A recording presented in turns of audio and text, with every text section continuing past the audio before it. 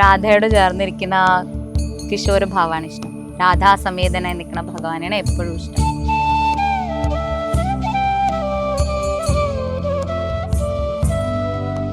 Twin flame എന്നൊക്കെ പറയും. അതുപോലെ ഒരേ ആത്മാ, ഒരേ ശക്തിയുടെ വേറൊരു സ്ത്രൈണ ഭാവമാണ് രാധ എന്ന് പറയുന്നത്. അപ്പൊ അവര് തമ്മിൽ വിവാഹം കഴിക്കേണ്ട കാര്യമില്ല.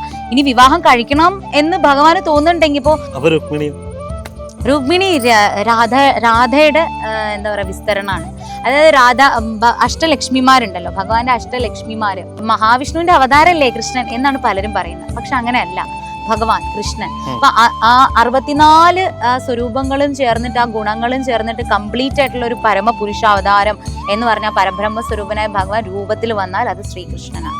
എന്നെ സംബന്ധിച്ചിടത്തോളം ഞാൻ വായിക്കുന്ന സ്ക്രിപ്ചർ, ഞാൻ ഫോളോ ചെയ്യുന്ന സ്ക്രിപ്ചർ ശ്രീമദ് ഭഗവത്ഗീത, ശ്രീമദ് ഭാഗവത. അതിൽ പറയുന്നത് എന്താ വെച്ചാല് ഓടക്കുഴലാണ് രാധ എന്ന് പറയുന്നത്. അപ്പൊ ഭഗവാൻ രാധാസമേതനായ കൃഷ്ണനാണ്, അല്ലെങ്കിൽ ഭഗവാന്റെ ഉള്ളിലുള്ള ആനന്ദം. ഭഗവാന്റെ ഭാര്യ ആരാണ്? ലക്ഷ്മി. ഭഗവാൻ എവിടെയുണ്ടോ അവിടെ ലക്ഷ്മി ഉണ്ടാവും. ലക്ഷ്മിയും അസ്ഥിരയല്ലോ മനുഷ്യർക്ക് എന്നാണ് പറയുന്നത്. അതായത് രാധാറാണിക്ക് കൂടുതൽ പ്രാധാന്യം കേരളത്തിലില്ല. രാധ ആരാണെന്ന് ആർക്കും അറിയില്ല. പക്ഷെ വൃന്ദാവനത്തിൽ ചെല്ലുമ്പോഴും പിന്നെ ഉത്തരേന്ത്യയിലെ പല ക്ഷേത്രങ്ങളിൽ, കൃഷ്ണന്റെ അനുബന്ധിച്ചിട്ടുള്ള എല്ലാ ക്ഷേത്രങ്ങളും ഉത്തരേന്ത്യയിൽ ചെല്ലുമ്പോൾ അവിടെയൊക്കെ രാധയുടെ പ്രതിഷ്ഠയുണ്ട്. പക്ഷെ നമ്മുടെ കേരളത്തിൽ മാത്രം രാധാ റാണിക്ക് അധികം പ്രാധാന്യമില്ല. അപ്പൊ എനിക്ക് വളരെ സങ്കടം വന്ന കാര്യം, ഇപ്പൊ ഈ വർഷം രാധാഷ്ടമിക്ക് ഞാൻ ഗുരുവായൂർ അമ്പലത്തിൽ പോയി. നമസ്കാരം. അബാക് മീഡിയയിൽ ഇന്ന് അതിഥി സ്വസ്തിക പാർവതിയാണ്. കൃഷ്ണഭക്തരായ എല്ലാവർക്കും സ്വസ്തിക അറിയാം. സോഷ്യൽ മീഡിയ ഉപയോഗിക്കുന്നവർക്ക്, കൃഷ്ണഭക്തരായിട്ടുള്ളവർക്ക് എല്ലാവർക്കും അറിവുള്ള ഒരാളാണ്. നമസ്തേ പാർവതി. നമസ്കാരം. ഞാൻ നിങ്ങളുടെ ഫേസ്ബുക്ക് പേജ് ശ്രദ്ധിക്കാൻ തുടങ്ങിയിട്ട് ഏകദേശം 2-3 വർഷമായി. അപ്പം എപ്പോഴും കൃഷ്ണൻ്റെ കഥകൾ പറയുക, ക്ഷേത്രങ്ങളിൽ പോകുന്ന വിശേഷങ്ങളൊക്കെ ഷെയർ ചെയ്യുക. അപ്പോൾ എന്തുകൊണ്ടാണ് ഈ ഒരു പ്രായത്തിൽ ഈ കൃഷ്ണനോട് ഇത്ര കൂടുതൽ ഇഷ്ടം തോന്നാൻ കാരണം? ഈ ഒരു പ്രായത്തിൽ അല്ല, ചെറുപ്പം മുതലേ എനിക്ക് കൃഷ്ണനെയാണ് ഇഷ്ടം. എൻ്റെ വീടിനടുത്തൊരു കൃഷ്ണൻ്റെ ക്ഷേത്രം ഉണ്ടായിരുന്നു. ചെറുപ്പത്തിൽ കാഞ്ഞിരംപാറ, ഞാൻ തിരുവനന്തപുരത്താണല്ലോ, ഞാൻ പറഞ്ഞല്ലോ. അപ്പോൾ അവിടെ കാഞ്ഞിരംപാറ ശ്രീകൃഷ്ണസ്വാമി ക്ഷേത്രം. അപ്പോൾ ചെറുപ്പം മുതലേ ഞാൻ ആ കൃഷ്ണൻ്റെ അടുത്താണ് പോവുക. പിന്നെ ഞങ്ങൾ കുറച്ച് നാൾ അതിൻ്റെ അടുത്ത് താമസിച്ചിട്ടുണ്ട്. അപ്പോൾ എന്നും ഭഗവാന് തുളസിമാല കെട്ടിയിടും. അന്നൊക്കെ ഭഗവാനെയാണ് ഏറ്റവും ഇഷ്ടം. പക്ഷെ ഭഗവാൻ എന്തിനാണ് വിളിക്കണമെന്ന് വെച്ചാൽ മാർക്ക് കിട്ടാൻ വേണ്ടിയിട്ട്, നല്ല ജോലി കിട്ടണം, ഭർത്താവിനെ കിട്ടണം, നല്ലത്, അങ്ങനെയൊക്കെയുള്ള മെറ്റീരിയലിസ്റ്റിക് ആയിട്ടുള്ള ആഗ്രഹങ്ങളായിരുന്നു അന്ന് ഉണ്ടായിരുന്നത്. പിന്നെ കല്യാണമൊക്കെ കഴിഞ്ഞ് ജീവിതത്തിലെ കുറേ പ്രയാസങ്ങളും പ്രശ്നങ്ങളും ഒക്കെ വന്നപ്പോൾ ഞാൻ എവിടെയോ എന്തോ ഒരാളെ നഷ്ടപ്പെടുത്തിയെന്ന് നമുക്കിങ്ങനെ ഫീൽ ചെയ്യില്ലേ. അത് പിന്നെ എനിക്ക് ആ ഭക്തി ദേവിയിലൂടെയാണ്, മൂകാംബിക ദേവിയുടെ ആ പ്രാർത്ഥനയിലൂടെയാണ്, ദേവിയിലൂടെ എനിക്ക് എൻ്റെ ഭഗവാനെ എനിക്ക് തിരിച്ചു കിട്ടി. ആ ചെറുപ്പം ഉണ്ടായിരുന്ന എനിക്ക് ആ ഭഗവാനോടുണ്ടായിരുന്ന ആ സ്നേഹം, ആ ഇഷ്ടമൊക്കെ എനിക്ക് തിരിച്ചു കിട്ടി. അപ്പം ഭഗവാൻ എന്ന് പറഞ്ഞാൽ, കൃഷ്ണൻ എന്ന് പറയുന്ന എനിക്ക് ഇപ്പം മുതലുള്ളതല്ല, ചെറുപ്പം മുതലേ ഉള്ള ഇതാണ്. അപ്പം ഞാൻ ഈ വീട്ടിൽ ഇതിങ്ങനെ ഞായറാഴ്ച ദിവസമൊക്കെ ഞാൻ ഭഗവാനെ ഈ മാലയൊക്കെ കെട്ടിയിടുമ്പോൾ എൻ്റെ അച്ഛൻ പറയും, ദാ ഭക്തകുജയിൽ ഇറങ്ങിയിരിക്കണമെന്ന് പറഞ്ഞ് കളിയാക്കോ വീട്ടുകാരിലുള്ളവരെല്ലാവരും. കാരണം വീട്ടിലും എനിക്ക് തന്നെയായിരുന്നു. അച്ഛന് വയ്യാതെ ആയിരിക്കുന്ന സമയത്തൊക്കെ എൻ്റെ അമ്മയുടെ വീട്ടിനടുത്ത് ശങ്കരനാരായണ സ്വാമി ക്ഷേത്രമുണ്ട്. അപ്പം ഞാൻ അമ്പലത്തിൽ പോയിട്ട് കിടന്നിങ്ങനെ ഭഗവാനോട് പറഞ്ഞു, ഭഗവാനെ എൻ്റെ അച്ഛനെ തിരിച്ചതാ, എനിക്ക് വേറെ ആരുമില്ല, എൻ്റെ അച്ഛന് മീൻസ് ഞങ്ങൾ 2 പെൺകുട്ടികളാണ്. അമ്മ ഒരു പാവം, അച്ഛൻ എന്താണോ പറയണത് അങ്ങനത്തെ അമ്മയാട്ടോ. അപ്പം ഞാൻ എഞ്ചിനീയറിങ്ങിന് ഫസ്റ്റ് ഇയർ പഠിക്കുമ്പോൾ ഞാൻ പെട്ടെന്ന് വിചാരിച്ചു ഞങ്ങൾക്ക് അച്ഛനില്ലാണ്ടേ ഞങ്ങൾ ഫുള്ള് പോകും. അപ്പോൾ ഞാൻ ഭഗവാനോട് പറഞ്ഞു, ഭഗവാൻ എൻ്റെ അച്ഛനെ തിരിച്ചതാന്ന് പറഞ്ഞു. ഞാൻ അവിടെ കിടന്ന് ഭയങ്കരമായിട്ട് പൊട്ടിക്കരഞ്ഞ് പൂജാരിയൊക്കെ ഇറങ്ങി വന്ന് എന്നെ പിടിച്ചിട്ട് ഇങ്ങനെ കൊണ്ടുപോയി. അപ്പോൾ എപ്പോഴും ഞാൻ എന്ത് വേദനിച്ച് വിഷമിച്ച് കഴിഞ്ഞാൽ എൻ്റെ ജീവിതത്തിൽ എന്തെങ്കിലും ഇൻസെക്യൂരിറ്റി ഉണ്ടെങ്കിലും എനിക്ക് എപ്പോഴും എൻ്റെ കൂടെ ഉണ്ട് എന്നുള്ള സാന്നിധ്യം ഭഗവാനാണ്. ഈ പാർവതിയെ കുറിച്ച് അറിയാത്തവർ വിചാരിക്കുന്നത് ക്ഷേത്രങ്ങളിലൊക്കെ ഇങ്ങനെ പോയി വീഡിയോ ഒക്കെ ചെയ്ത് നടക്കുന്ന ഒരാൾ. എനിക്ക് പോലും താങ്കൾ സർക്കാർ ഉദ്യോഗസ്ഥയാണെന്ന് ഞാൻ വിളിച്ചപ്പോഴാണ് മനസ്സിലായത്. ഇപ്പൊ ജോലിയും ഈ ക്ഷേത്രങ്ങളിലെ പരിപാടികളും മറ്റ് ആത്മീയ പരിപാടികൾക്കൊക്കെ പോകുന്നുണ്ട്. ഇതെല്ലാം കൂടി എങ്ങനെയാണ് മാനേജ് ചെയ്ത് പോകുന്നത്? ജോലി എന്താ വെച്ചാൽ, ഞാൻ ആദ്യം പഞ്ചായത്തിലായിരുന്നു, പ്യുവർലി ഗവൺമെൻറ് ജോബായിരുന്നു. അത് കഴിഞ്ഞിട്ട് ഞാൻ യൂണിവേഴ്സിറ്റിയിൽ വർക്ക് ചെയ്യാൻ തുടങ്ങിയപ്പോൾ മുതലാണ് ഇങ്ങനെ കൂടുതലായിട്ട് ഇങ്ങനെ കൃഷ്ണൻ്റെ, ഈ കൊറോണ ടൈമിലാണ് ഞാൻ ഭഗവാന്റെ വീഡിയോസൊക്കെ ചെയ്യാൻ തുടങ്ങിയതും പേജ് തുടങ്ങിയതും ഒക്കെ. പക്ഷേ എനിക്കങ്ങനെ എന്നെ ആരും അങ്ങനെ തടസ്സപ്പെടുത്തിയിട്ടില്ല, ആരും എന്നെ ബുദ്ധിമുട്ടിച്ചിട്ടില്ല. പ്രശ്നമൊന്നും എനിക്ക് എവിടെ നിന്നും, എനിക്കിപ്പോൾ എൻ്റെ ജോലിയുടെ ഭാഗത്താണെങ്കിൽ ജോലിയായിട്ട് ഞാൻ ചെയ്യും, ഒന്നിലും വീഴ്ച വരുത്താതെ. അതിന് എന്നെ എല്ലാവരും സപ്പോർട്ട് ചെയ്യും അവിടെ. അതുപോലെ തന്നെ ഇപ്പം ലീവൊക്കെ വരികയാണെങ്കിലും വളരെ പ്രശ്നമൊന്നുമില്ലാതെ ഞാൻ ലീവൊക്കെ എടുത്ത് തന്നെ എല്ലാവരും സപ്പോർട്ട് ചെയ്യുന്നവരാണ്. ഭഗവാന്റെ കാരുണ്യം കൊണ്ട് ചുറ്റുപാടുള്ളവരൊക്കെ സപ്പോർട്ട് ചെയ്യുന്നവരാണ്. ഈ കൃഷ്ണന്റെ ഭാവങ്ങളിലെ കൃഷ്ണന്റെ കള്ളകൃഷ്ണനെ നമുക്കറിയാം, ബാല്യം, കൗമാരത്തിലെ ലീലകൾ നമുക്കറിയാം, യൗവനം, രാധ, പ്രണയം, പിന്നീട് വിവാഹം, പിന്നീട് അദ്ദേഹത്തിൻ്റെ ധർമ്മസംരക്ഷണാർത്ഥമുള്ള യുദ്ധങ്ങൾ, ഇടപെടലുകൾ അറിയാം. ഇതിലേത് ഭാവമാണ് പാർവതിക്ക് ഏറ്റവും ഇഷ്ടം? എപ്പോഴും പറയുന്ന ഭാവമാണ് എനിക്ക് രാധയോട് ചേർന്നിരിക്കുന്ന കിഷോര ഭാവമാണ് ഇഷ്ടം. രാധാസമേതനായി നിൽക്കുന്ന ഭഗവാനാണ് എപ്പോഴും ഇഷ്ടം. പക്ഷേ രാധയെ സ്വന്തമാക്കാൻ കൃഷ്ണന് സാധിച്ചില്ലല്ലോ. അത് നമ്മുടെ മനുഷ്യരുടെ നിലവാരമല്ലേ. രാധയും കൃഷ്ണനും ഒന്നാണ്. രാധ എന്ന് പറയുന്നത് തന്നെ ഭഗവാന്റെ ആ ഹ്ലാദിനി ശക്തി, ഭഗവാൻ തന്നെയാണ് രാധയായിട്ട് നിൽക്കുന്നത്. അതിനെപ്പറ്റി പറയാനാണെങ്കിൽ ഒരു വാക്കുകളിലൊന്നും പറയാൻ പറ്റില്ല, കുറേ ഉണ്ട്. അതായത് നമ്മൾ മനുഷ്യർക്കെല്ലാം നമുക്ക് സന്തോഷിക്കാനായിട്ട് ഒരു വ്യക്തിയോ ഒരു വസ്തുവോ വേണം. ഭഗവാൻ എന്ത് ചെയ്യും?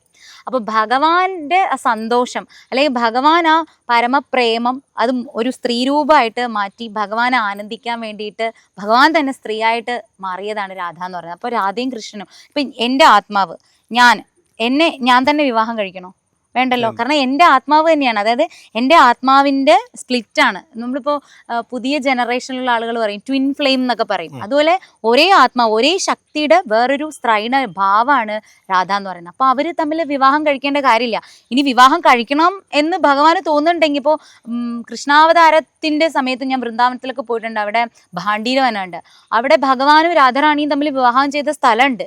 അപ്പോൾ വിവാഹം എന്ന് പറയുന്നത് കഴിക്കണം തോന്നുന്നതാണെങ്കിൽ അവർ ആ രൂപത്തിൽ അവർ കഴിച്ചിട്ടും ഉണ്ട്. പക്ഷേ മനുഷ്യർ മെറ്റീരിയലിസ്റ്റിക് ആയിട്ടുള്ള രീതിയിൽ നോക്കുമ്പോൾ അവർ ഒരുമിച്ച് ജീവിച്ചില്ലല്ലോ. അങ്ങനെയൊക്കെയാണ് അതായത് നമ്മളെല്ലാം കണ്ടീഷണലായിട്ടാണ് പറയുന്നത്. ഭർത്താവ്, ഭാര്യ, കുട്ടികൾ, എന്നാലേ അതൊരു ജീവിതമാവുള്ളൂ. അങ്ങനെയല്ല. മനസ്സിൽ കൃഷ്ണൻ എപ്പോഴും രാധയുടെ സ്വന്തമാണ്, രാധ എപ്പോഴും കൃഷ്ണൻ്റെ സ്വന്തമാണ്. അവരവരുടെ കർമ്മങ്ങൾ ചെയ്തു ജീവിച്ചു.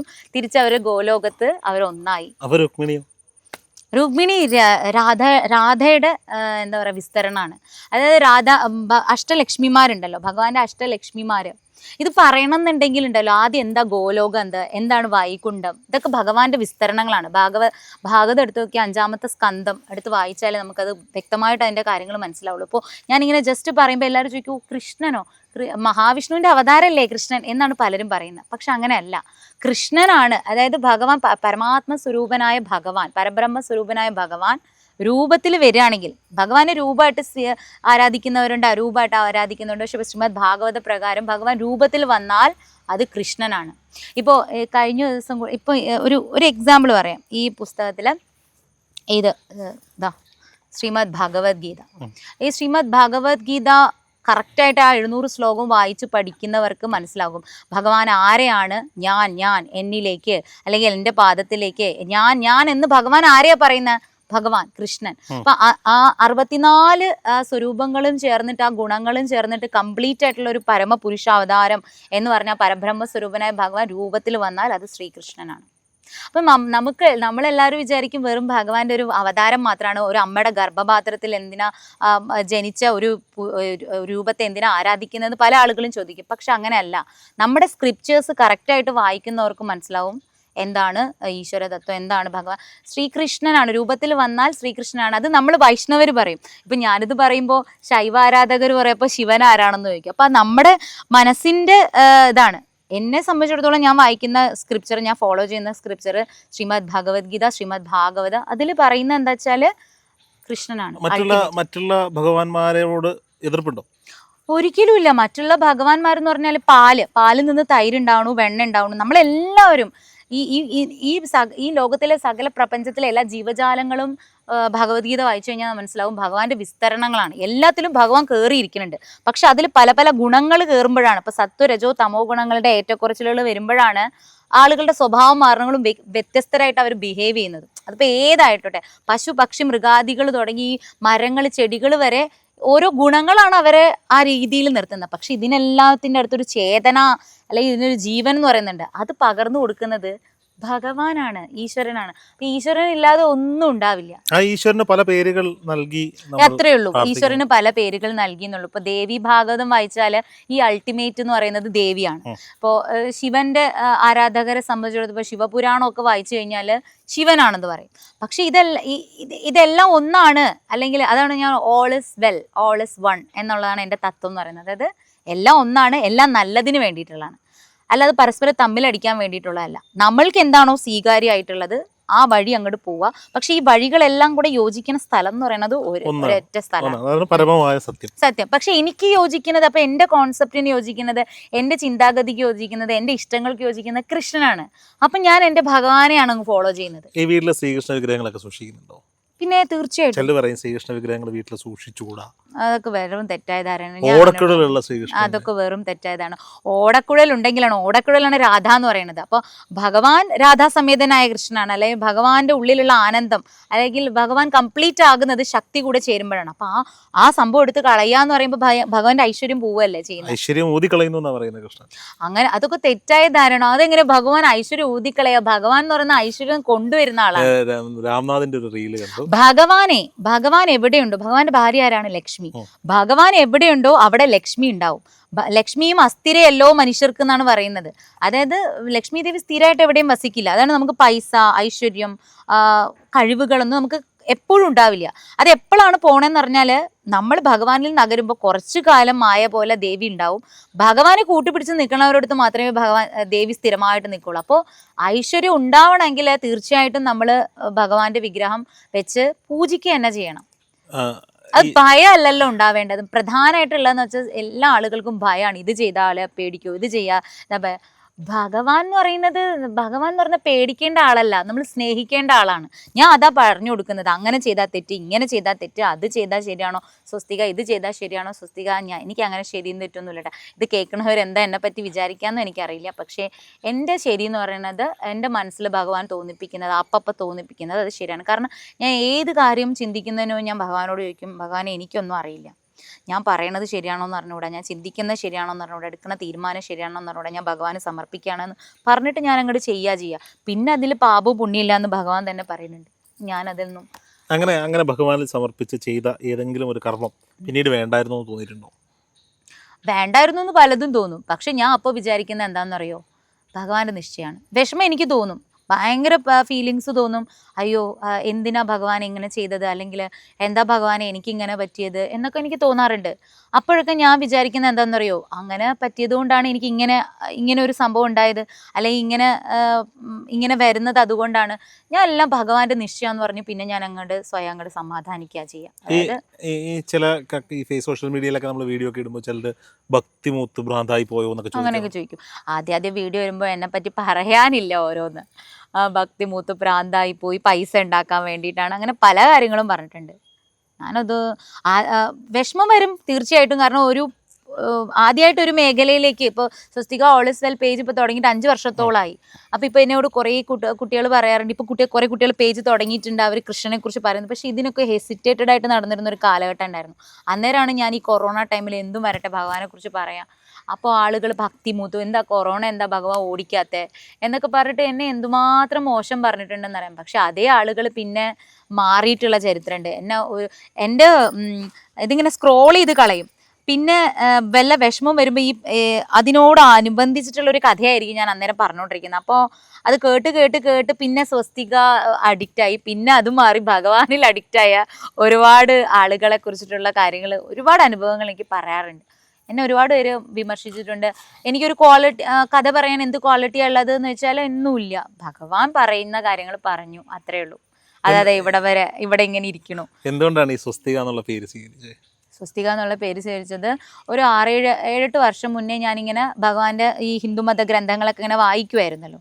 പക്ഷെ അത് പബ്ലിക്കലായിട്ട് പറഞ്ഞത് ഞാൻ പറയില്ലേ, കൊറോണ ടൈമിലാണ് ഈ പേജ് തുടങ്ങിയതും. അപ്പോൾ വീട്ടിലിങ്ങനെ വെറുതെ ഇരിക്കുന്ന സമയത്താണ് പേജ് തുടങ്ങിയതും അതിനെക്കുറിച്ച് പറയാൻ തുടങ്ങിയതും. പക്ഷേ ഞാൻ സ്വസ്തികയെ കുറിച്ചിട്ട് കേൾക്കാൻ തുടങ്ങിയത് ഈ ഹിന്ദുമത ഗ്രന്ഥങ്ങൾ ഇങ്ങനെ വായിച്ചു തുടങ്ങിയ സമയത്ത് ഇങ്ങനെ അൺഎക്സ്പെക്റ്റഡ്ലി ഇങ്ങനെ സ്വസ്തിക എന്ന് പറഞ്ഞ ഒരു പേര് വന്നു. എനിക്ക് സത്യം പറഞ്ഞാൽ എൻ്റെ ഗുരുവായൂരപ്പനാണ് സത്യം, എനിക്ക് അറിയില്ലായിരുന്നു സ്വസ്തിക എന്ന് പറഞ്ഞാൽ ഇങ്ങനെ ഉത്തരേന്ത്യയിലൊക്കെ ക്ഷേത്രങ്ങളിലും ഇതിൻ്റെ മകുടങ്ങളിലും വീടുകളിലും എല്ലായിടത്തും ഇതൊരു ഓസ്പീഷ്യസ് ചിഹ്നമെന്ന് എനിക്ക് സത്യമായിട്ട് അറിയില്ല. പക്ഷേ എൻ്റെ കണ്ണിലുടക്കി സ്വസ്തിക. പിന്നെ ഞാൻ അതിനെക്കുറിച്ച് ചുമ്മാ റിസർച്ച് ചെയ്തപ്പോഴാണ് അറിഞ്ഞത് ഈ നമ്മുടെ ഹിറ്റ്ലർ ഉണ്ടല്ലോ, ഇതിനെ കൊടി അടയാളമായിട്ട് യൂസ് ചെയ്തു. അതിൽ പിന്നെ ഇത് പല സ്ഥലങ്ങളും ബാൻഡാണ്. ഈ സ്വസ്തിക ചിഹ്നം ആരും ഉപയോഗിക്കില്ല.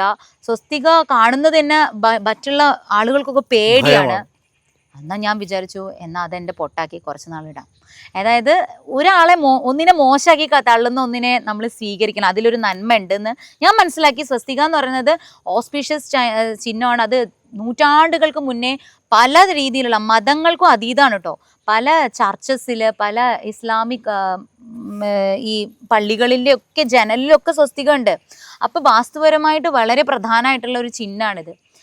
പല ഈ എക്സ്കവേഷൻ സ്ഥലങ്ങളിൽ നിന്നും സ്വസ്തിക ചിഹ്നം പതിച്ചിട്ടുള്ള സാധനങ്ങൾ, പാത്രങ്ങൾ, ഇതൊക്കെ കിട്ടിയിട്ടുണ്ട്. അപ്പോൾ സ്വസ്തിക നൂറ്റാണ്ടുകൾ പഴക്കമുള്ള ഒരു ഓസ്പീഷ്യസ് ചിഹ്നമാണ്. ഇതിന് എന്തൊക്കെയോ മീനിങ് ഫുൾ ഉണ്ട്, ഇതിനെന്തോ മീനിങ് ഉണ്ട്. ഇന്നും നിഗൂഢമായിരിക്കുന്ന പല മീനിങ് ഉള്ള സംഭവമാണ്. Something is there.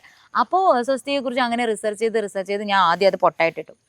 അപ്പോൾ പലരും ചോദിക്കും ഇതെന്താ സ്വസ്തിക ഹിറ്റ്ലറിൻ്റെ ആളാണോ എന്നൊക്കെ പറഞ്ഞ് എന്നെ അന്ന് കളിയാക്കുമായിരുന്നു. പക്ഷേ ഞാൻ വേണമെങ്കിൽ ഇപ്പോൾ കാണിച്ചു തരാം. ഈ റീസെൻ്റ്ലി ഒരു കുട്ടി എനിക്ക് ഇട്ടിരിക്കുകയാണ് സ്വസ്തിക, എൻ്റെ മോൾക്ക് ഞാൻ പേരിട്ടു സ്വസ്തിക എന്ന്. അപ്പോൾ അതുവരെ എത്തിച്ചില്ലേ ഞാൻ, ഇനിയും അങ്ങോട്ട് പോയിക്കോളും. അതെന്നുവെച്ചാൽ ഇപ്പോൾ പല വീടുകളുടെ പേര് സ്വസ്തികയാണ്. ഇപ്പോൾ പല കുട്ടികളുടെ പേര് സ്വസ്തിക ഇടുന്നുണ്ട്. പിന്നെ ഓരോ എന്തെങ്കിലുമൊക്കെ സംരംഭങ്ങൾ സ്വസ്തിക അങ്ങനെ വളരട്ടെ. സ്വസ്തിക വളരേണ്ടതാണ്. സ്വസ്തിക എന്ന് പറഞ്ഞ അർത്ഥം തന്നെ ഓൾ ഇസ് വെൽ. സ്വസ്തിക എന്ന് പറഞ്ഞ അർത്ഥം ഓൾ ഇസ് വെൽ ആണ്, എല്ലാം നല്ലതിന് ശുഭകരം. പാർവതിക്ക് എന്തെങ്കിലും ഫ്യൂച്ചർ പ്ലാൻ ഉണ്ടോ ഇതുകൊണ്ട്? സ്പിരിച്വൽ മേഖലയിൽ എന്തെങ്കിലും ചെയ്യണം അങ്ങനെ എന്തെങ്കിലും? എനിക്ക് സ്പിരിച്വൽ മേഖലയിൽ ചെയ്യണം എന്ന് പറഞ്ഞാൽ രാധാറാണിക്ക് കൂടുതൽ പ്രാധാന്യം കേരളത്തിലില്ല. രാധ ആരാണെന്ന് ആർക്കും അറിയില്ല. പക്ഷെ വൃന്ദാവനത്തിൽ ചെല്ലുമ്പോഴും പിന്നെ ഉത്തരേന്ത്യയിലെ പല ക്ഷേത്രങ്ങളിൽ, കൃഷ്ണന്റെ അനുബന്ധിച്ചിട്ടുള്ള എല്ലാ ക്ഷേത്രങ്ങളും ഉത്തരേന്ത്യയിൽ ചെല്ലുമ്പോൾ അവിടെയൊക്കെ രാധയുടെ പ്രതിഷ്ഠയുണ്ട്. പക്ഷെ നമ്മുടെ കേരളത്തിൽ മാത്രം രാധാ റാണിക്ക് അധികം പ്രാധാന്യമില്ല. അപ്പം എനിക്ക് വളരെ സങ്കടം വന്ന കാര്യം ഇപ്പം ഈ വർഷം രാധാഷ്ടമിക്ക് ഞാൻ ഗുരുവായൂർ അമ്പലത്തിൽ പോയി. അപ്പോൾ ഗുരുവായൂർ കളഭച്ചാർത്തുണ്ടല്ലോ, അറിയാലോ. ആ കളഭച്ചാർത്ത് ഇപ്പം നമ്മൾ ഇപ്പോൾ കഴിഞ്ഞ ദിവസം ഓണത്തിൻ്റെ അന്ന് വാമനാവതാരമായിരുന്നു. ഇപ്പൊ കൃഷ്ണന്റെ അന്ന് കൃഷ്ണാവതാരം ഇടും. അപ്പൊ ഏത് നല്ല ദിവസങ്ങൾ ഉണ്ടെങ്കിലും അന്ന് ആ അവതാരം അവിടെ വരും. പക്ഷെ രാധാഷ്ടമി രാധാറാണി ജനിച്ച ദിവസമാണ്. ഞങ്ങൾ കുറെ അങ്ങനെ ഒരു ദിവസം ഉണ്ട് എന്നുള്ളത് ഞാൻ ഇന്ന് സ്വസ്തികയുടെ ഇൻസ്റ്റാഗ്രാം അക്കൗണ്ട് തുറക്കിയപ്പോൾ എനിക്ക് മനസ്സിലായി കേട്ടോ. അതാണ് പറഞ്ഞത്. അപ്പൊ പലർക്കും അറിയില്ല അത്. രാധാഷ്ടമി, രാധാറാണി ഭൂമിയിൽ പ്രകടമായ ജനം. ഇപ്പൊ നമ്മൾ കൃഷ്ണാഷ്ടമി ആചരിക്കുന്നില്ലേ, അതുപോലെ രാധാറാണി ഭദ്രമാസ മാസത്തിലെ ശുക്ലപക്ഷ അഷ്ടമിയിലെ ഭൂമിയിൽ പൂജാതയായി ഗോലോകത്ത് നിന്ന് ഭഗവാന്റെ കർമ്മം ചെയ്യുമ്പോൾ ഭഗവാൻ ആനന്ദം നൽകാനായിട്ട് ദേവി ജനിച്ചു.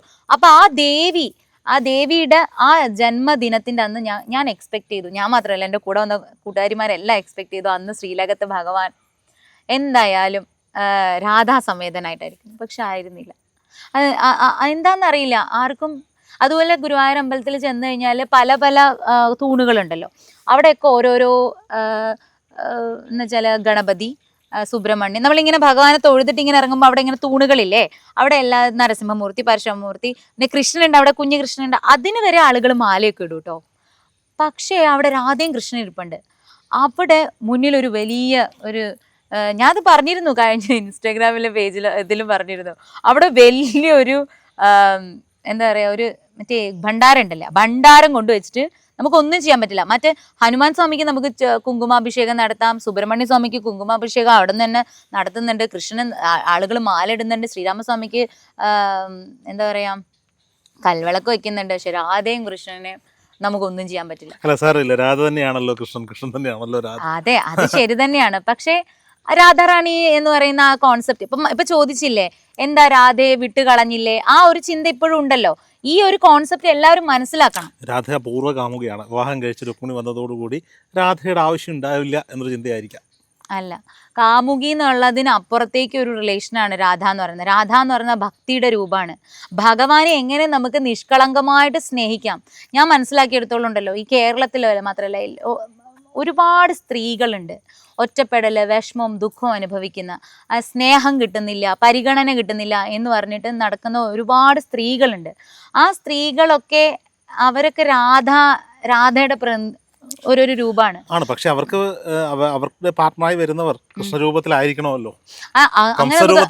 അല്ല അങ്ങനെ അത് അവരുടെ ഗുണം, അങ്ങനെയല്ല ഞാൻ പറയുന്നത്. അപ്പൊ ആ ഇൻകംപ്ലീറ്റ് ആയിട്ടുള്ള അവരുടെ സ്നേഹം അവർക്ക് കംപ്ലീറ്റ് ആക്കാനായിട്ട് അത് വേറൊരു മനുഷ്യനെയോ അല്ലെങ്കിൽ ഇതുപോലെ ഈ നമ്മുടെ ഈ മെറ്റീരിയലിസ്റ്റിക് വേൾഡിലുള്ള ഈ സ്നേഹം പ്രേമത്തിന്റെ പിറകെ പോയി കഴിഞ്ഞാൽ എവിടെ നിന്നും നമുക്ക് കംപ്ലീറ്റ് ആയിട്ട് നമ്മളെ പറ്റിക്കുക, ചതിക്കുക, സ്ത്രീകളെ വഞ്ചിക്കുക, ഇതല്ലേ എല്ലാവരും ചെയ്യുന്ന.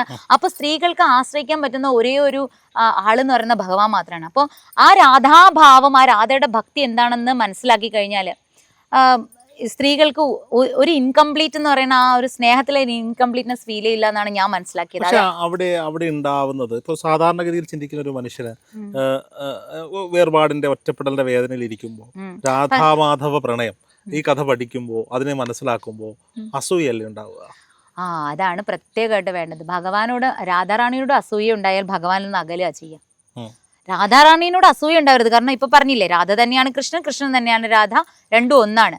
നമുക്ക് ഏറ്റവും നമ്മൾ പല ദേവിമാരെ കണ്ടിട്ടുണ്ടല്ലോ, ശംഖുചക്രം അങ്ങനെ പല ആയുധങ്ങളും കൊണ്ട് നിൽക്കുന്ന ദേവിമാരെ. നമുക്ക് ഭയം ഉണ്ടാക്കണത്, പക്ഷെ ഭയം ഉണ്ടാക്കാത്ത കാരുണ്യമായിട്ടുള്ള മേഴ്സിഫുൾ ഫോം ഓഫ് ഒരു ദേവി എന്ന് പറയുന്ന രാധയാണ് ഞാൻ മനസ്സിലാക്കിയെടുത്തോളം. മേഴ്സിഫുൾ ആണ്, കാരുണ്യമാണ്, ദയയാണ്, സ്നേഹമാണ്. സരസ്വതി ലക്ഷ്മി ഒക്കെ ഇപ്പോ പഠിക്കുക. ലക്ഷ്മി ദേവി വന്നിട്ട് ലക്ഷ്മി ദേവി തന്നെ ഇപ്പോൾ ഭഗവാന്റെ കൂടെ ഇരിക്കുന്നു. അപ്പം നമ്മൾ കംപ്ലീറ്റ്നെസ് അവിടെ കാണുന്നുണ്ട്. പക്ഷെ എന്നാൽ പോലും രാധ എന്ന് പറയുന്നത് ഭയങ്കര മേഴ്സിഫുൾ ആണ്. ഇപ്പൊ നമ്മൾ എന്തൊക്കെ തെറ്റ് ചെയ്താലും, ഇപ്പോൾ ലക്ഷ്മി ദേവി ഞാൻ പറയില്ല അസ്ഥിരയാണ്, നമ്മൾ എന്തെങ്കിലും തെറ്റ് ചെയ്താൽ അപ്പോൾ നമ്മുടെ അടുത്തുനിന്ന് പോകും. സരസ്വതി ദേവി അതുപോലെ നമുക്ക് വികട സരസ്വതി തരും. നാവിന്മേൽ നമ്മളെ കൊണ്ടും നമ്മൾ എന്തെങ്കിലും മോശമായിട്ട് ചെയ്തു കഴിഞ്ഞാൽ അത് കർമ്മമായിട്ട് നമ്മളെ കളിക്കും ദേവി. പക്ഷെ രാധാറാണി അങ്ങനെയൊന്നും അല്ല. രാധാറാണി നമ്മൾ തെറ്റ് ചെയ്താൽ പോലും രാധാറാണി എന്നോട് ക്ഷമിക്കണേന്ന് പറഞ്ഞാൽ എല്ലാം കംപ്ലീറ്റ് ആയിട്ട് ഫൊർഗീവ് ചെയ്യുന്ന ആളാണ്. പിന്നെ അതിന്മേല് ഒരു കർമ്മഫലവും ഇല്ല എന്നാണ് ഞാൻ വിശ്വസിക്കുന്നത്. പ്രതിഷ്ഠയുള്ള ഒരു ക്ഷേത്രം പോലും ഇല്ല എന്നുള്ളതാണ്. ഉണ്ടോ? എൻ്റെ അറിവിലില്ല. ഉണ്ട്. ട്രിവാൻഡ്രത്ത് അഭേദാശ്രമത്തിലെ രാധാറാണി ഉണ്ട്. അഭേദാശ്രമത്തിലുണ്ട്. അവിടെ സ്ഥിരമായിട്ട് ഹരേ രാമ ഹരേ കൃഷ്ണ മന്ത്രം ഇപ്പോഴും കണ്ടിന്യൂസ് ആയിട്ട് നടന്നുകൊണ്ടിരിക്കുന്ന സ്ഥലമാണ് അഭേദാശ്രമം. അവിടെ രാധാറാണിയുടെ പ്രതിഷ്ഠയുണ്ട്. അവിടെ ഞാൻ പോയിട്ടുണ്ട്. അവിടെ രാധാറാണിക്ക് സാരി സമർപ്പിക്കലുണ്ട്. പിന്നെയുണ്ട് രാധാകൃഷ്ണ പ്രതിഷ്ഠയുള്ള ഒരു ക്ഷേത്രം കൂടെ ഉണ്ട് കൊല്ലത്ത്. മൂച്ചിച്ചിന്റെ വീഡിയോയിൽ ഞാൻ കണ്ടിട്ടുണ്ട്, പേരെനിക്ക് ഓർമ്മയില്ല. അവിടെ ഉണ്ട്, പക്ഷെ ഒന്നും ഫേമസ് ഒന്നും അല്ല, അത്രയും പ്രസിദ്ധമായിട്ടൊന്നും വരുന്നില്ല. നമ്മളിപ്പോ ഇരിക്കുന്ന ക്ഷേത്രം ഗരുഡൻകാവ് ക്ഷേത്രമാണ്. ഭാരതത്തിലെ ഏക ഗരുഡ പ്രതിഷ്ഠയുള്ള ക്ഷേത്രമാണ്.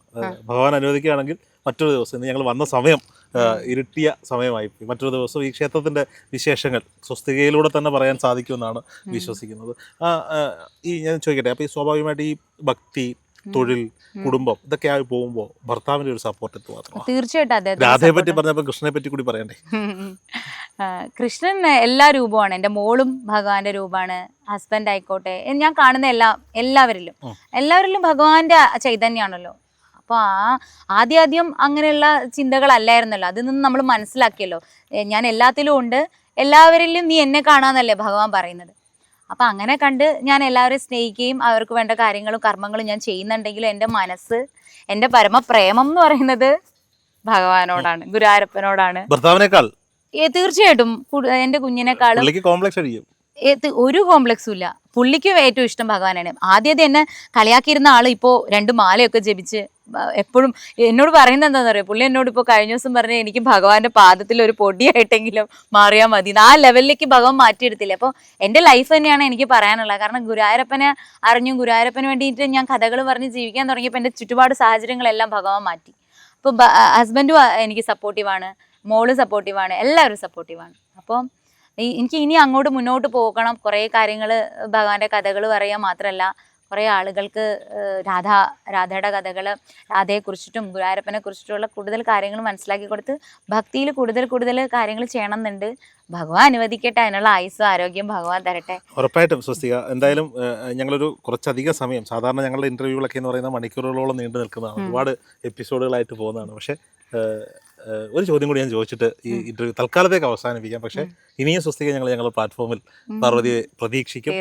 ഒറ്റ ചോദ്യമാണ്, തിരുവനന്തപുരത്ത് ജനിച്ചു വളർന്ന പാർവതി ഇപ്പോൾ താമസിക്കുന്നത് മലപ്പുറത്താണ്. മലപ്പുറത്തെ കുറിച്ചുള്ള അഭിപ്രായം എന്താ? മലപ്പുറം ഏറ്റവും നല്ല ആളുകളുള്ള നല്ല സ്ഥലമാണ്. ഞാൻ മനസ്സിലാക്കിയെടുത്തോളം നല്ല ക്ഷേത്രങ്ങളുള്ള സ്ഥലമാണ്, നല്ല ആളുകളുള്ള സ്ഥലമാണ്, ഏറ്റവും നിഷ്കളങ്കരായിട്ടുള്ള ആളുകളാണ്. ഇവിടെയുള്ള മതത്തിനും അപ്പുറത്തേക്ക് പറയട്ടെ, ദൈവങ്ങളെ വിശ്വസിക്കുന്നവരെയാണ് ഞാൻ വിശ്വസിക്കുന്നത്. ദൈവവിശ്വാസികളാണെന്ന് ഉണ്ടെന്നുണ്ടെങ്കിൽ അവരുടെ ഉള്ളിൽ നന്മ ഉണ്ടാവും എന്നാണ് ഞാൻ വിശ്വസിക്കുന്നത്. ഇവിടെയുള്ള ആളുകൾ മതത്തിന് അപ്പുറത്തേക്ക് അവർ ഈശ്വരനെ വിശ്വസിക്കുന്നു. അവരുടെ മതത്തിലെ ദൈവത്തെ അവരുടെ മതത്തിൽ അവര് ഭഗവാന് ലക്ഷക്കണക്കിന് നാമമുണ്ട്, അതിലൊരു നാമമാണ് അവർ ജപിക്കണമെന്നാണ് ഞാൻ വിശ്വസിക്കുന്നത്. അവരെന്തും എന്നെ പറഞ്ഞോട്ടെ, അല്ലെങ്കിൽ എൻ്റെ വിശ്വാസത്തെ അവരെന്ത് ചോദ്യം ചെയ്താലും എനിക്ക് പ്രശ്നമില്ല. പക്ഷെ ഞാൻ വിശ്വസിക്കുന്നത് അവർ ഈശ്വരന്റെ ഒരു നാമാണ് ജപിച്ച് ജീവിക്കുന്ന അവര് ശരിക്കും നന്മയുള്ള മനുഷ്യരാണ് അവര്. അല്ല, ഒരുപാട് പാരമ്പര്യമുള്ള ക്ഷേത്രങ്ങളുണ്ട്.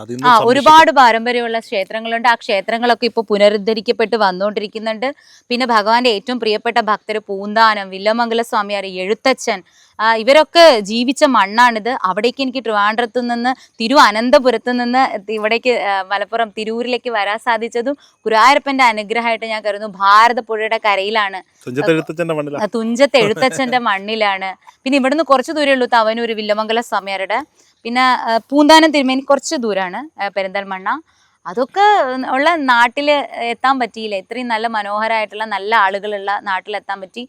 എല്ലാ ആളുകളും പരസ്പര സഹിഷ്ണുതയോടുകൂടി സ്നേഹിച്ച് ജീവിക്കുക, ഭഗവാനെ മുൻനിർത്തി ജീവിക്കുക, അത്രേ എനിക്ക് പറയാനുള്ളൂ. എല്ലാവരും സ്നേഹമായിട്ട് കഴിയുക. നമ്മൾ പരസ്പരം ആ വിശ്വാസങ്ങളെ പരസ്പരം റെസ്പെക്ട് ചെയ്ത് ജീവിച്ചു കഴിഞ്ഞാൽ നമുക്ക് ഒരു പ്രശ്നമില്ല. എല്ലാവർക്കും നല്ല സന്തോഷമായിട്ട് ജീവിക്കാം. അതിന് പറ്റിയൊരു സ്ഥലമാണ് മലപ്പുറം ജില്ല. എന്തായാലും സ്വസ്തിക കുറച്ച് സമയം ഞങ്ങളോടൊപ്പം ചെലവിട്ടതിൽ നന്ദി. അഷ്ടമിരോഹിണിയാണ്, അഷ്ടമിരോഹിണി ദിനമാണ് ഈ വീഡിയോ. ഒരു കാര്യമുണ്ട്, അഷ്ടമി രോഹിണിക്ക് ഉണ്ട് ഒരു അഷ്ടപതി റിലീസ് ചെയ്യുന്നുണ്ട്. ഇപ്പൊ രാധയും കൃഷ്ണന്റെ കാര്യം പറഞ്ഞില്ലേ, അപ്പൊ രാധാകൃഷ്ണന്മാരുടെ ഭക്തി പ്രചരിപ്പിക്കാനായിട്ട് എനിക്ക് ഭഗവാൻ കാണിച്ചെന്ന ഒരു വരിയാണ് അഷ്ടപതി പ്രചരണം. അപ്പോൾ ഗീതാ ഗോവിന്ദം, ജയദേവ കവികൾ, ഭഗവാന്റെ പ്രിയപ്പെട്ട ഭക്തനായ ജയദേവ കവി, കഥകളൊക്കെ ഞാൻ സ്വസ്തികയിൽ പറഞ്ഞിട്ടുണ്ട്. അപ്പോൾ താല്പര്യമുള്ളവർക്ക് കേൾക്കാം. അപ്പോൾ ജയദേവ കവികൾ രചിച്ച ഗീതാ ഗോവിന്ദം 24 അഷ്ടപതികൾ. ആ 24 അഷ്ടപതികളിൽ 4 ഇപ്പം ഞാൻ റെക്കോർഡ് ചെയ്തു. അതിൽ 3 ഓൾറെഡി റിലീസ് ചെയ്തു. 4ാമത്തെ അഷ്ടപതി, 12ാമത്തെ അഷ്ടപതി ഈ ശ്രീകൃഷ്ണ ജയന്തിക്ക് ഞാൻ റിലീസ് ചെയ്യുന്നുണ്ട്. അപ്പോൾ ഭക്തജനങ്ങൾ അത് കേൾക്കുക, പഠിക്കുക, എന്നിട്ട് എവിടെ പോകുമ്പോഴും അത് ചൊല്ലുക. കാരണം ഏത് ക്ഷേത്രത്തിൽ പോകുമ്പോഴും അഷ്ടപതി ചൊല്ലുമ്പോൾ, ഞാൻ പറയില്ലേ, രാധ എനിക്ക് ഭയങ്കര പ്രിയപ്പെട്ടാണല്ലോ. അപ്പോൾ രാധാറാണിയെ കുറിച്ച് ഇങ്ങനെ ചൊല്ലുമ്പോൾ ഉണ്ടല്ലോ, കൃഷ്ണൻ അങ്ങോട്ട് ഭയങ്കരമായിട്ടും സ്നേഹിക്കും. അപ്പോൾ എന്തെങ്കിലും അനുഭവങ്ങളൊക്കെ തരും. അപ്പോഴാണ് ഞാൻ കരയും. കണ്ടിട്ടുണ്ടാവുമല്ലോ വീഡിയോയിലൊക്കെ, സ്വസ്തികയിൽ നിന്ന് കരയുന്നു എന്ന് പറഞ്ഞിട്ടൊക്കെ. അപ്പോൾ അതന്നെയാണ്. അപ്പോൾ രാധാകൃഷ്ണന്മാരുടെ പരമപ്രേമം പറയുന്ന അഷ്ടപതി പ്രചരിപ്പിക്കാനായിട്ടുള്ള മാർഗം എന്നോണം ഞാനിങ്ങനെ റെക്കോർഡ് ചെയ്യാണ്. അപ്പോൾ ഈ വർഷം 2 റെക്കോർഡ് ചെയ്തു. ഒന്ന് രാധാഷ്ടമിക്ക് റിലീസ് ചെയ്തു, ഒന്ന് ശ്രീകൃഷ്ണ ജന്മാഷ്ടമിക്ക്. ജന്മാഷ്ടമി ദിവസം അന്നാണ് വീഡിയോ പ്രേക്ഷകരിലേക്ക് എത്തുന്നത്. അപ്പോൾ റിലീസ് ചെയ്തതിൽ നിന്ന് 2 വരി ചൊല്ലാം, ഉറപ്പായിട്ട് ചൊല്ലാം. കൃഷ്ണ പശ്യതി ദിശി ദിശി രഹസി ഭവന്ദൻ, പശ്യതി ദിശി ദിശി രഹസി ഭവന്ദൻ, ത്വദദര മധുര മധുനിപി ബന്ദൻ, നാഥാ ഹരി ജഗൻ നാഥാ ഹരി, സീദതി രാധാ വാസഗൃഹി, നാഥാ ഹരി ജഗൻ നാഥാ ഹരി, നാഥാ ഹരി ജഗൻ നാഥാ ഹരി. ജയ ജയ ശ്രീ രാധേ രാധേ. സർവം ശ്രീ രാധാകൃഷ്ണ അർപ്പണമസ്തു. അബാക് മീഡിയയ്ക്ക് ഒരുപാട് നന്ദി. നിങ്ങൾ ഇനി ഒരുപാട് നല്ല നല്ല ആളുകളുടെ ഇന്റർവ്യൂസ് ഒക്കെ ഞാൻ കാണാറുണ്ട്. ഇനിയും നല്ലതായിട്ട് പോട്ടെ. ഞങ്ങളുടെ ലിസ്റ്റിലേക്ക് ഒരു അതിഥി കൂടി. ഞാൻ എന്തെങ്കിലും ഞാൻ ഇതും കൂടെ പറയട്ടെ, ഒരുപാട് അറിവോ കഴിവോ ഒന്നും എനിക്കില്ല. അപ്പം പ്രിയപ്പെട്ട പ്രേക്ഷകർ, അബാക് മീഡിയയുടെ പ്രേക്ഷകർ, ഭഗവാന്റെ ഭക്തരായിട്ടുള്ള ആളുകൾ, ഭക്തന്മാരുടെ ഏറ്റവും പുറകെ നിൽക്കാനുള്ള ക്വാളിറ്റി എനിക്കുള്ളൂ. ഭഗവാന്റെ കഥകൾ പറയാനുള്ള എന്തോ ഒരു കഴിവ് തന്നു എന്നുള്ളതല്ലാണ്ട്. അപ്പോൾ എന്തെങ്കിലും തെറ്റായിട്ട് പറഞ്ഞിട്ടുണ്ടെങ്കിൽ ക്ഷമിക്കണം. എല്ലാവർക്കും നല്ലത് വരുത്തട്ടെ. എല്ലാവർക്കും ഭഗവാന്റെ അനുഗ്രഹം ഉണ്ടാവട്ടെ. ശ്രീകൃഷ്ണ ജയന്തി ആശംസകൾ. സർവം ശ്രീ രാധാകൃഷ്ണ അർപ്പണമസ്തു. അബാക് മീഡിയയ്ക്ക് thank you so much. Namaste.